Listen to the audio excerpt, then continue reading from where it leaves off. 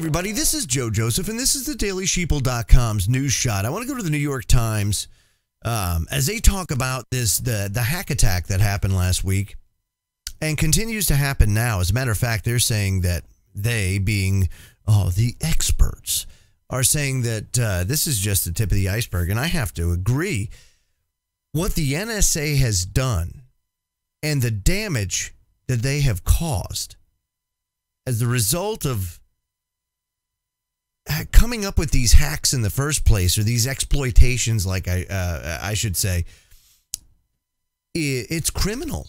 But it's beyond criminal, because in our society, we've become so dependent upon technology with regard to like computers, cell phones, you name it.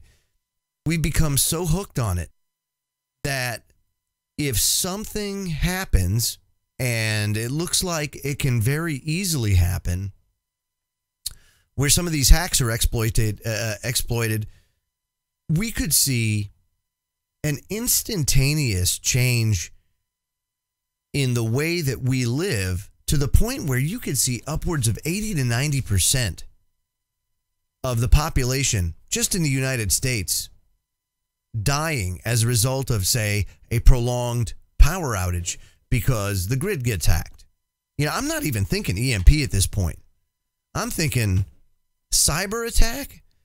I never really gave it much credence until I saw this ransomware and what it did and how easily it happened and just how vulnerable we really are. And the problem is with these cyber attacks is that oftentimes they can hide their tracks so well that you don't know who's behind it. In fact, you know, the NSA could have intentionally let it out knowing that it would be exploited. They may be behind the whole attack. I don't know, but I can tell you that if they are or not, they're culpable for not only coming up with this exploitation, but allowing it to fall into hands that it should never fall into, because the NSA should really have never had it in the first place. New York Times says the components of the global cyber attack that seized hundreds of thousands of computer systems last week may be more complex than originally believed. Yeah. A new work week started Monday in Asia, and there were concerns the malicious software could spread further.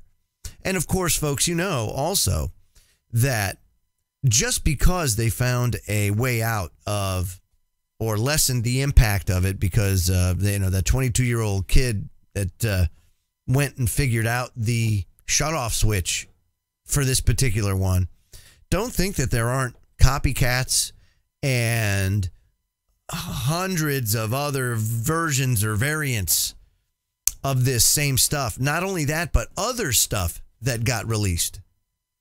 You know, sometimes with hackers, all it really takes is a good idea. If they know the direction they have to go in, they go, and then wow. I mean, the door opens up and they can pretty much take it from there. You don't need to, they don't need all the code. They just need to know where the vulnerability is, and then they can exploit it. And that's exactly what's happened. Who's behind it? We don't know. But what I can say, without any doubt, is that this is just the tip of the iceberg. And this, you know, we always focus on the economic, on the political, on the war, all of that kind of stuff. The traditional things that we would view as a direct threat to our quality of life, to our way of life. And this is one of those things that we really don't give enough coverage to.